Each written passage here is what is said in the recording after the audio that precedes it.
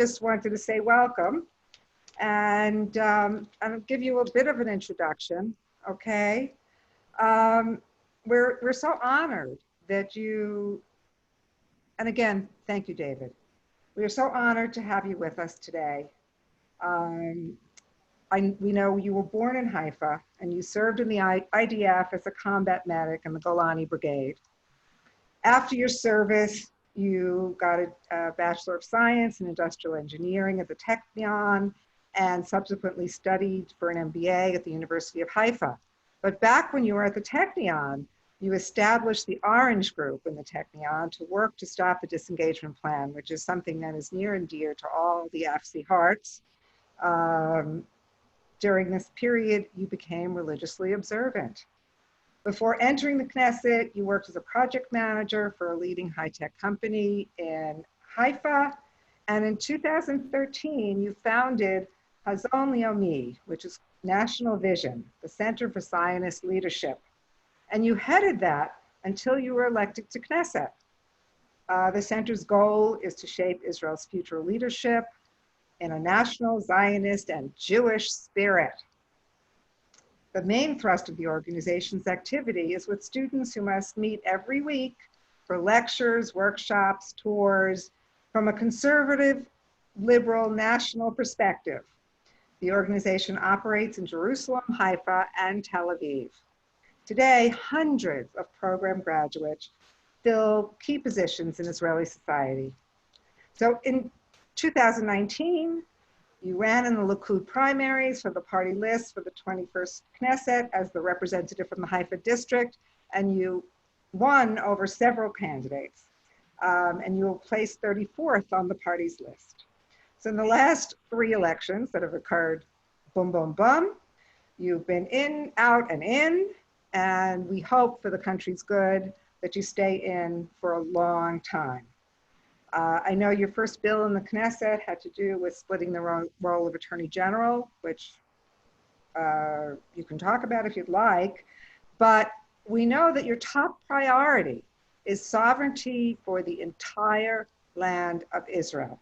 And today, we're hoping that you'll address the politics that are involved with that and be able to, save enough time so that you can answer some questions from the audience when you finish. Thank you so much, Ariel. Good to see you. Okay. Thank you very much, Judy, and it's a great honor for me to be with you here and to talk with you. I hope you can hear me. I hope you can hear me well. So you know everything about me now after Judy. She knows everything about me. But yes, I would like to talk with you about the applying sovereignty over Judea and Samaria. Something that I was really optimistic about just half a year ago, and now it seems we have issues with it. I still hope that we can manage and apply sovereignty over all settlements in Judea and Samaria. It's something we need to do it before the elections in America. I think we cannot, it's our obligation, we cannot afford ourselves to give up on this issue.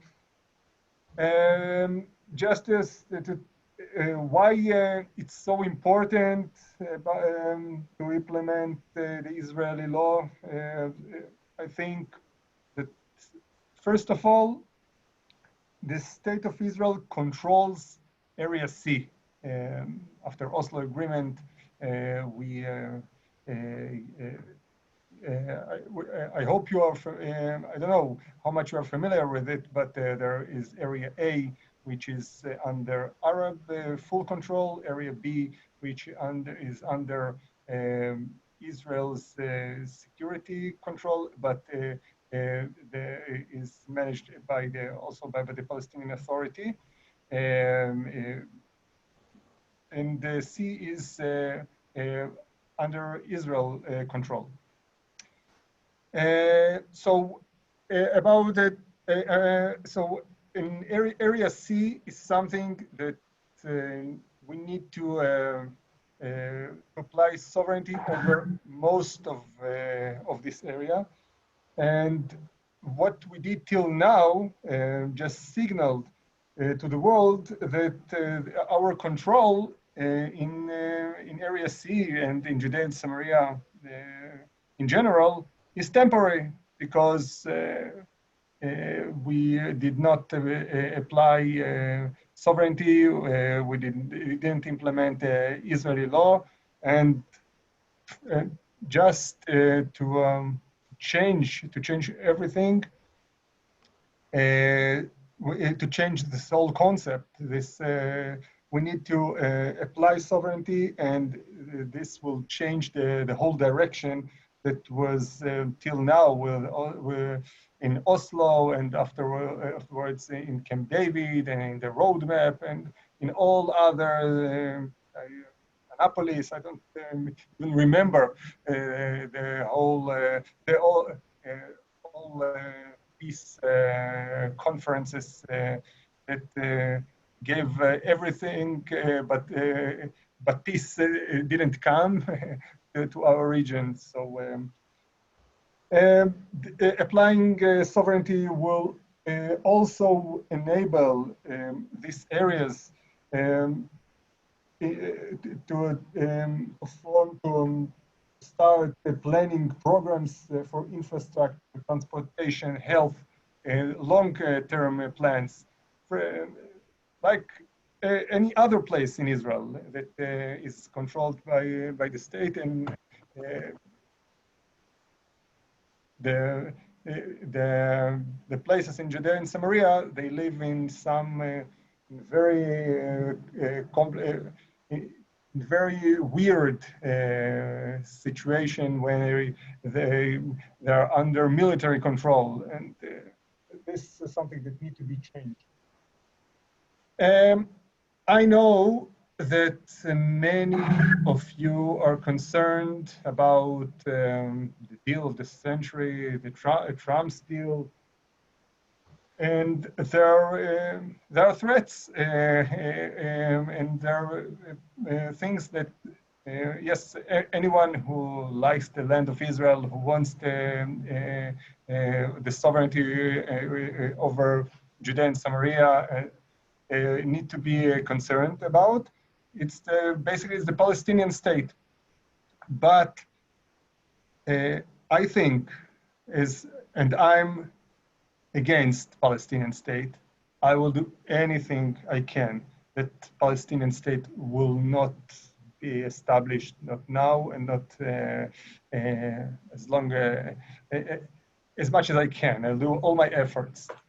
And I think that the deal of the century in general will make Palestinian state to be impossible. That's why I think that in general, it changes the whole direction, and it's good for us. I can explain why. First of all, there are 8 conditions that the Palestinians need to fulfill in order to get a Palestinian state. They need to demilitarize Hamas. They have to waive the law of return. They have to recognize Israel as Jewish state. They have to recognize Israel's borders, new borders, as they need to recognize Jerusalem as Israel's capital. They need to agree military rule to the west of Jordan. They need to stop transferring funds to terrorists, and they need to stop incitement in their education system. Dear David, that I met him in the Knesset just a couple of weeks ago, I think he can explain, and everyone understands that I don't think they can fulfill even one of these terms. If they fulfill these terms, they are probably not Palestinians, they are probably Canadians, because this whole conflict. Can I just ask you a question? Sure. I know we were waiting till the end, but I'm sure people are curious. Oslo had all kinds of conditions, as I'm sure you're aware, and many of them were waived. So how can we be sure that if the deal of the century goes forward, that these conditions won't be softened, waived, changed, um, in order to appease the rest of the world? It's a very good questions, but as I mentioned before, the whole direction was changed. In Oslo agreements, in all other agreements, in all other conferences, we gave up. We gave them land, gave them other things, and we hoped that they will fulfill in the end of the day the conditions they were obligated to fulfill. Now we get recognition.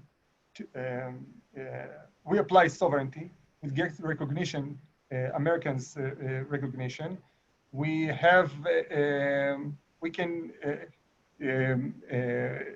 do what we get those things from the beginning. After 4 years, if they fulfill all these 8 conditions that I mentioned before, we will start negotiation about the Palestinian state.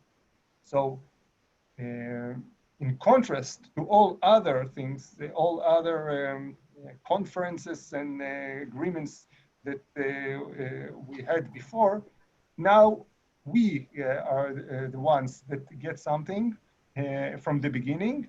We change the whole map, and we get recognition in international recognition over our control in Judea and Samaria, and they in the future sometime will get from us. I would say the Palestinian state, a Palestinian state, is not the goal of the deal of the century. If is one option of it, it's not the goal. It's one option. While in other agreements, I don't know where, as I said, conferences, it was the opposite. So Thank you. okay, but now I really hope, and I make my pressure to see that this something that will happen, really happen, because we hope that in the 1st of July, afterwards, in July, we hope that we can get progress in the sovereignty. I know that Netanyahu wanted it. He really wanted it because he was the one who insisted to insert it to this strange coalition agreement we have with the blue and white. And this is the only thing that the blue and white, they don't have any veto. They cannot make veto on this decision. While all other things, we need their agreement to do in order to make something. So now Netanyahu said, when I asked him here about the sovereignty, he said that it's now in America, in Washington. the ball is in Washington side. He said that it doesn't. He said that there is still a chance we can still make it, but without green light from Washington, from Trump, he doesn't want to do it. He needs America's backup in the Security Council of the UN, and he doesn't want to do something that will without their backup.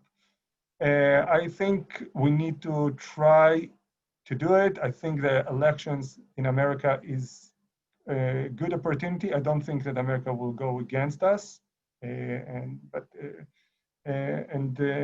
I'm on it. I will keep the pressure. I know, Judy, that you asked me to tell about the politics, about how it should be done, and how this whole procedure is made. So there are three options to apply sovereignty. One option is the less preferred, but it's an option in the Israeli law, is by defense minister decision. As simple as that. Defense minister can apply sovereignty, and even he should not ask the prime minister about it. He can do it just by his decision. This is what did David Ben-Gurion in 1948 after the war. We liberated many areas in the Galil, in the Negev, and he just applied sovereignty. It's simple, but David Ben-Gurion was leader, undisputed leader. There was consensus when he, full consensus when he did it. So it's something that in cases like Judea and Samaria, it's not something that we need. I think it's a good idea. We need to do it in other way. A second way is Knesset legislation. Like Begin did in Golan Heights, just bring 61 member of Knesset that will vote for applying the Israeli law, and this is it. The third option, the third way, is a government order. The Knesset decided in 1967, after the Six-Day War, to give the government the authority and the privilege to apply sovereignty on every on any area, on each and every area that was liberated in the war. So. And this is what Israel did right after the war by applying sovereignty in the east of Jerusalem. So it was just government's decision, according to the Knesset, that gave the government the authority to do it. So these are the three ways. I think that the first way is not a way that we can do. It's not the preferred one, but the second and the third are. We just need to do it, and I really hope, and it's our obligation to do it. Yeah, so maybe yes, if you have questions, I will try to answer.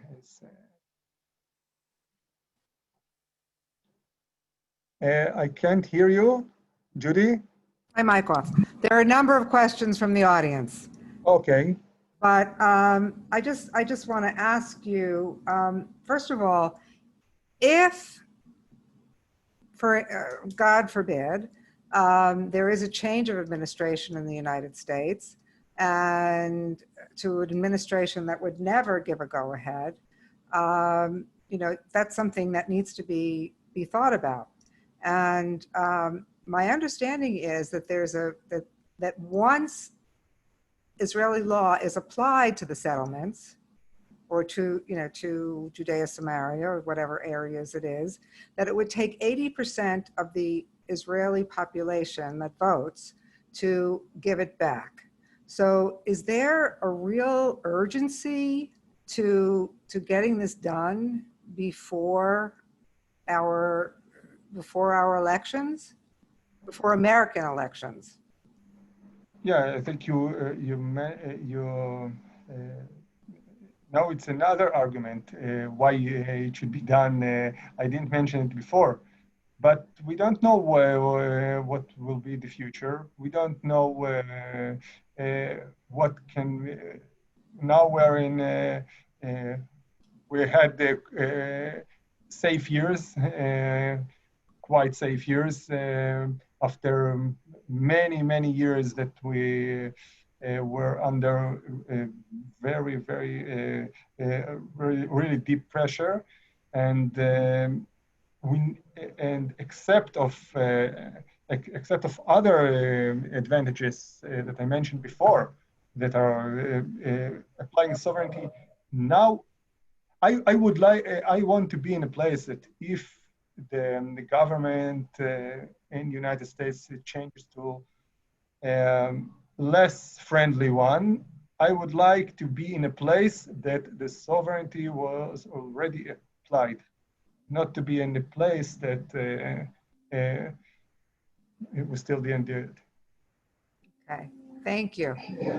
I have a problem, and I cannot see the. I see that you wrote that I got questions in the chat, but I can't see them. Well, And I'll ask you some of the questions, okay? okay. So from Joseph Fleschner to everyone, how would you deal with the citizenship of Palestinians in the sovereignty area? Okay, so in most of the areas, most of the Palestinians don't live in the areas we apply the sovereignty. This is our big problem, and we cannot. We know that Palestinian state is a disaster and is a really big threat on the state of Israel. But giving citizenship to all of the Palestinians that live in Judea and Samaria is also a threat, demographic threat on the state of Israel, and we can lose the Jewish state in this way. So this challenge we need to manage to see how we can overcome this challenge. This is but if we have challenge, it's not something. It doesn't mean we need to give up. I don't want to make a suicide, not to this direction or to in this direction. Anything. So, in Trump's deal and in all other proposals that I know, they will still have their autonomy under the Palestinian Authority or other authority. The Palestinian Authority is disaster, David bedein, and I think he already, if you are in touch with him, you are already familiar with all the disadvantages that we have with the Palestinian Authority. But so we need to find some solutions that solutions that they will manage their lives, some in their municipalities, but we don't need to give them citizenship. we can give citizenship to a few thousands, but not we cannot give citizenship to all of them. Okay, thank you. I just want to apologize to my audience because AFSI is in a policy of never saying Palestinians. We only say Palestinian Arabs. And so I read the question, but I should have amended it. Sammy Steigman wants to know, this is a little off topic, are we heading to a fourth election? Is it real or just an idle threat from Bibi? Good threat is when you believe it. So, but I think it looks like it's real. I don't know. I really hope we will not have fourth elections. It will really damage our economy. It's very bad, and we can. And from politics, from ideological perspective, we can get a very bad government because I think it's bad. I'm not in favor of fourth elections. Although I don't like this this government and the coalition with blue and white. If Netanyahu succeeds to maybe to divide the blue and white, maybe some of them will come to a new government that we will be able to form with Yamina, with Naftali Bennett. It's something that I prefer, and it will be very good. But if not, I really hope we will not go to fourth elections. Okay, thank you. I have a rather long question here from, I think, one of your countrymen, which says, Kogat runs Judea Samaria. This is Colin Lecce's question to everyone. Kogat runs Judea Samaria. Most of Kogat are left and put obstacles in the way of Jews who live in the area of our ancient homeland. What should happen is the application of Israeli law to all the areas where Jews live. Forget the terminology. Why, after 53 years, has the Likud suddenly woken up, particularly when it had a much larger Knesset majority years ago? I didn't hear you well. Can you please just you know the what? last two sentences? Two sentences. Why is everybody just waking up now? Why not when there was a much better majority years ago? I don't think we had we had a majority in the last 25 years majority to apply sovereignty. We were also in under. We didn't have friends that supported us in Washington to do it. We got only pressure to give our homeland to Palestinians. Since Oslo Agreement, it was just a whole consensus in the world that Israel, and also many Israelis also thought in this way, that we just need to give up to make some compromise and to give up, and afterwards and this is the way for peace. In Israel, it was changed after the Intifada,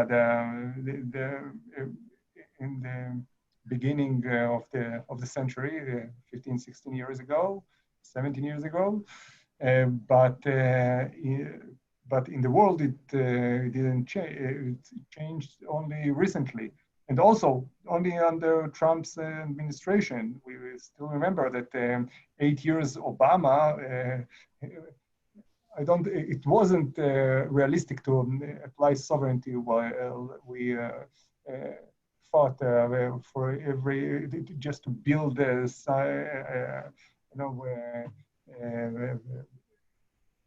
a house in Judea and Samaria. It was very complicated. Netanyahu's opinion is that he wants, in Netanyahu's view, he doesn't want to do anything without international support, America's support. He doesn't want to do it. He mentioned it. I had talks with him, and he told me that this is the most important thing is to get in the international struggle is to get backup from America, and he knows that right after applying sovereignty, they will go to Security Council and they will try to make sanctions on Israel, and we need someone to help us there. So this is Netanyahu's view, and this is how he works. And since Trump was elected, we know that the embassy moved to Jerusalem. Jerusalem was recognized as Israel capital. Golan Heights were also recognized as ours, and the Iran deal. Iran deal, right. So yeah, step by step, it's nothing. And for 3 years, they worked on this all sovereignty maps. 2.5 years, I think, they worked on it. So this is the answer. So, shifting just slightly, Laureen Lipsky wants to know, how much does Kogat differ from Israeli law? Or so how much does the military law that's now being applied in Judea Samaria differ from Israeli law? I know it's a huge difference, and I don't expect you to tell them everything, but what are the key points? Basically, it's not reasonable that any law that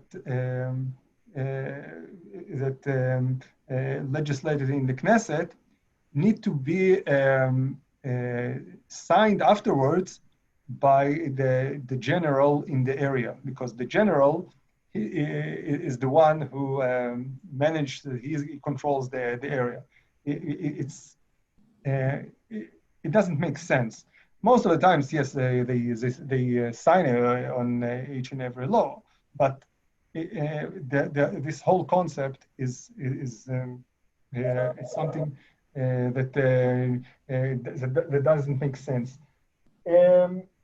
Also, you cannot also plan infrastructure, transportation, health, industry, and the like when it's all under a military regime, and it's also a declaration that we don't know what to do with this area, so it's something temporary. The general of the army, he managed this whole thing, but the key point is building in the settlements when everything need to be approved by the military, by the IDF. It doesn't. You want to open new kindergarten. You want to open new school. You want to live your normal life. It's something that the mayor of Ariel, he wants to build new neighborhood in Tel Aviv or in Haifa or in any other place. He managed this city. In Judea and Samaria, he needs to ask that the general, the IDF, to approve him. And the IDF is under the security defense minister, under the defense minister. And defense minister, he is a politician. He gets the European Union sends and all ambassadors. They call him. They call him. They call the prime minister. You cannot live normal life and they press him, of course, not to do it. So you cannot live a normal life in this way. And isn't it true that that Judea and Samaria is now being run under somewhat Ottoman law? yeah, of course. So yeah. Sorry, it's a.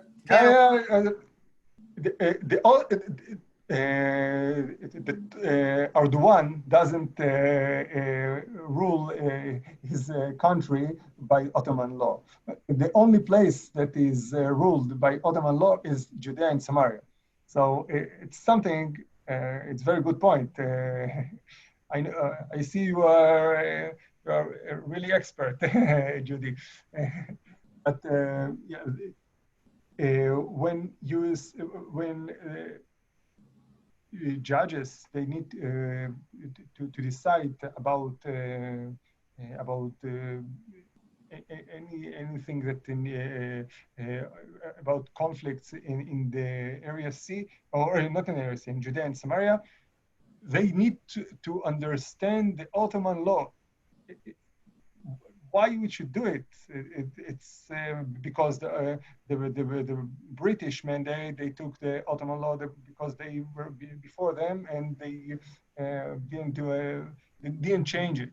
And now we take the Ottoman law, and we need to decide who is the owner of each field and each and every house. It's something that it's not reasonable. It's something that need to be changed. Totally agree. So Mindy Stein is asking, what do you think of Amir Avivi's plan, which uses the Sinai and Yamit? Have you heard about it? I heard about it, but I'm not familiar with it in details. So I heard he wants to establish Palestinian state there in Sinai. I heard about it in the past. I don't have problems with it. It's there are many plans. Mordechai Kedar has a plan. Great plan. Yeah, very interesting. I think that every plan that is not that the Palestinian state is not included in this plan is good for us, but we need to talk about. I can refer only to plans that that we need to get decision about them now, because which are on the table. That Trump's deal is on the table, so we need to decide whether we agree or disagree to get this plan. Maybe in the future, other plans will be also on the table, and we will decide about them also. Okay. So, of course, Mindy wants to know, what is Mordechai Kedar's plan? Which I could probably tell her, but if you don't mind. Whose plan? Mordechai Kedar. Mordechai Kedar, yeah. So Mordechai Kedar's plan is very interesting. I think you please invite him. It's very interesting. And I think he will love to tell you about it. What Mordechai Kedar says is that instead of one Palestinian state or one authority, we need to divide them. They need to be divided to many or some dozens of small Palestinian states that will and in this way they will manage their life, their citizens, the life of their citizens, their municipalities, and but the security will be managed by us. And of course, in places that there will be terror, will they will suffer. The other places will not suffer, will have normal life. This is the whole concept, the basic concept. But please invite him. He's much more interesting and he can give you a fascinating lecture about it. Okay, so, Ken has a question he'd like to ask. Can we unmute Ken and let him ask his question? Alicia? Ken is unmuted. Go ahead. Can you hear me? Yeah. Yep, we hear you. I can. Yes. Thank you for all that you do. My question is, who's holding up sovereignty? I can't quite decide. Is it the U.S. government that's holding up sovereignty, or is the Israeli government holding up sovereignty, or are they both holding up sovereignty, each for political short-term reasons?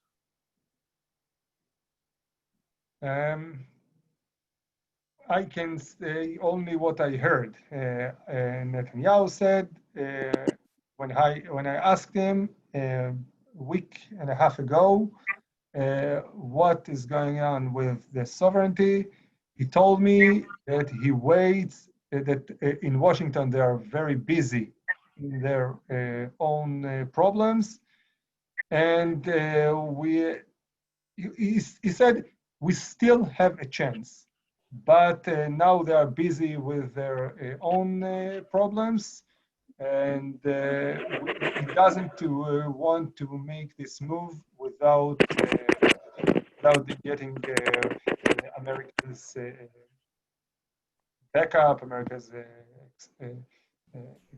agreement.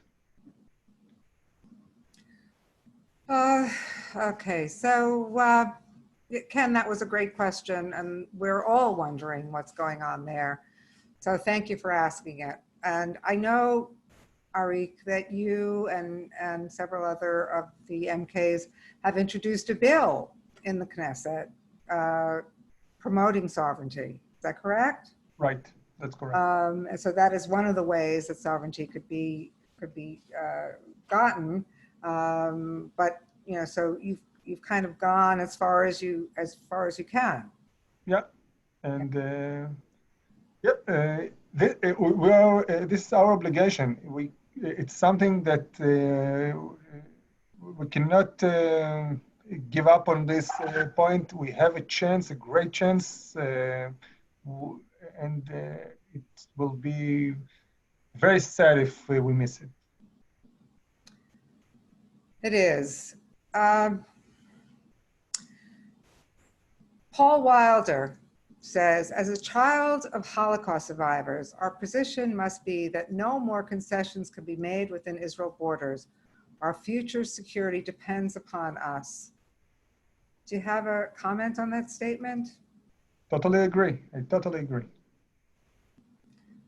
Who wouldn't agree with that? And then has Secretary Pompeo weighed in on Israel's sovereignty and Israeli sovereignty and many other issues of interest in Israel? That's from Jeffrey Bernard. Secretary Pompeo did say that sovereignty was legal and it was Israel's move. Yeah, I said it, I think, a year ago. It was even before. More recently. But go ahead. As far as I remember, he said it before the conference in Washington in February. Maybe less than a year, but he said it before that. And of course, it was very, very important message. It was very important that he said it. It's part of the progress we had in the last few years. And as I mentioned before, we need to do it. And we need to do it. And I totally committed to this. You have a group of Americans here that are totally behind you. Is there something that we can do? First of all, keep supporting us.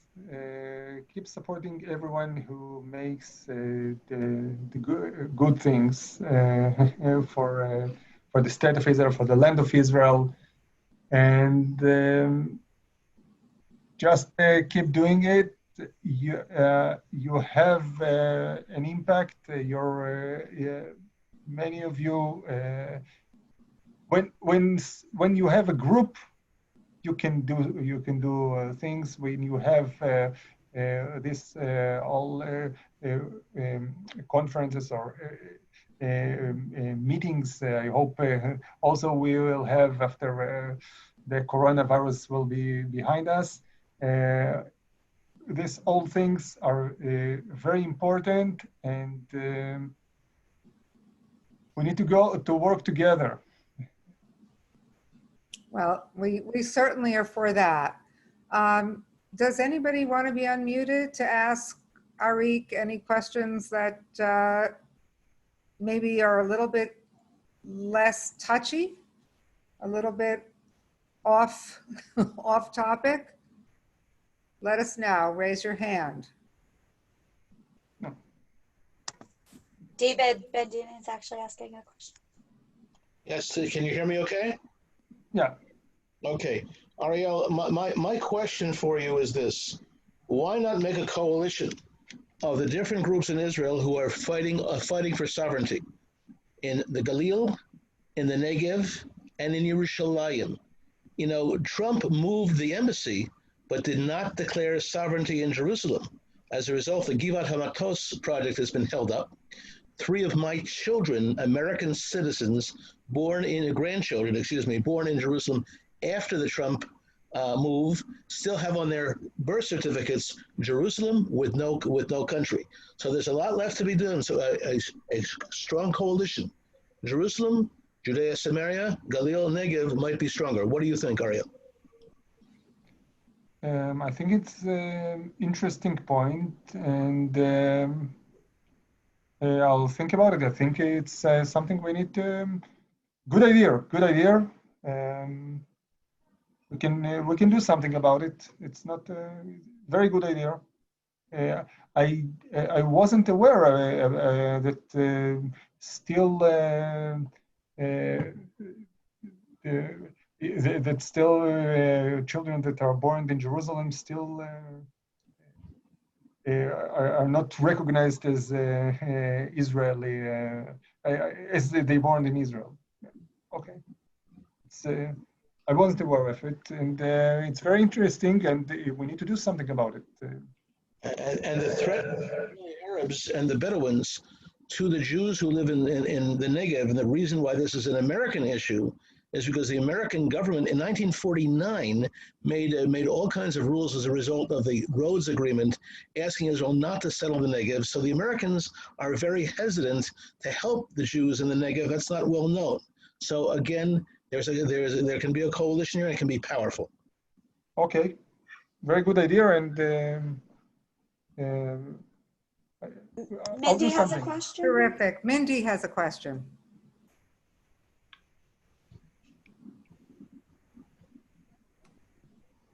Okay, you're unmuted. Okay, now I'm unmuted.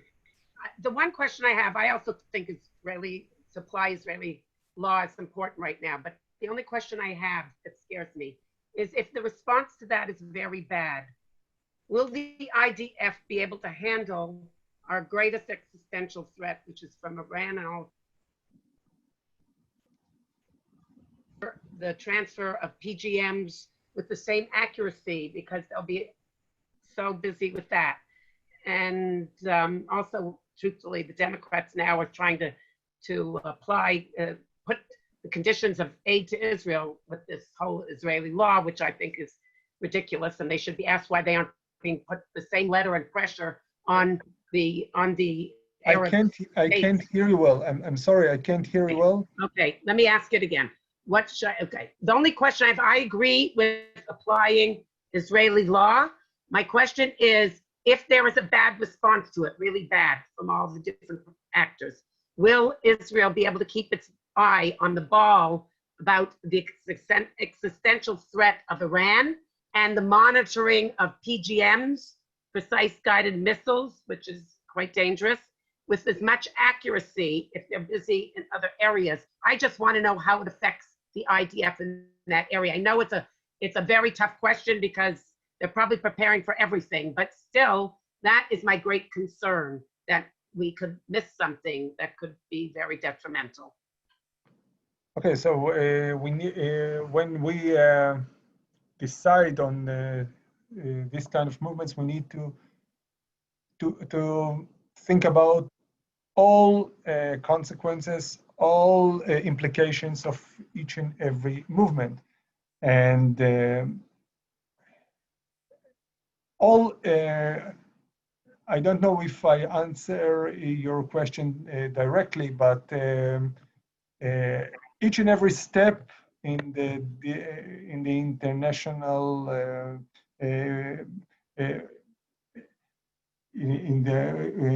regarding the international community, regarding that have implications on the international community, it needed to be considered very carefully, and all implication needs to be. We need to think about all implications, all on each and every impact of our step. No, it's not the international community that I'm worried about. It's from Gaza, etc., having this terrible reaction to it. Oh, okay, Gaza. Oh, I didn't hear Yeah, you. I'm talking about, will it be such a bad reaction that that's going to, not the international community. Oh, okay. That's going to affect our ability to put our eyes on the north and what's going on in The South. All that. That's my only concern. Yeah, okay. So we know how to deal with all these threats. They also have things to lose. I know they probably will try to do something. They also whenever we do something that is good for us, they try to do something against it. But whenever but when we do bad things for us, it's not that they are, when we compromise with them, when we give up, it's not something we get any benefit from it. So we need to be strong, and we need, it's very important to be strong in our tough neighborhood, and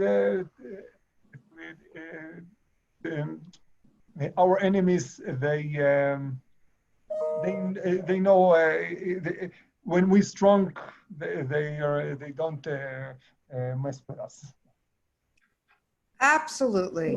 This is kind of, it takes us back to Jabotinsky's Iron Wall, which really is, one of the things that AFSI's built its whole philosophy on. So I just want to thank everybody for being here. Ariel, I want to thank you for taking the time out of your very difficult, I know, workday, for speaking with us. You have been fabulous, and we really, really appreciate it, and we appreciate the participation of everyone of our audience. Thank you very much, Judy. Thank you very much. Thank you very much, all of you. It was a great honor and great pleasure to speak with you. Okay, our honor and pleasure too. So long. Okay. And take care. You too. You too. Okay. Bye-bye.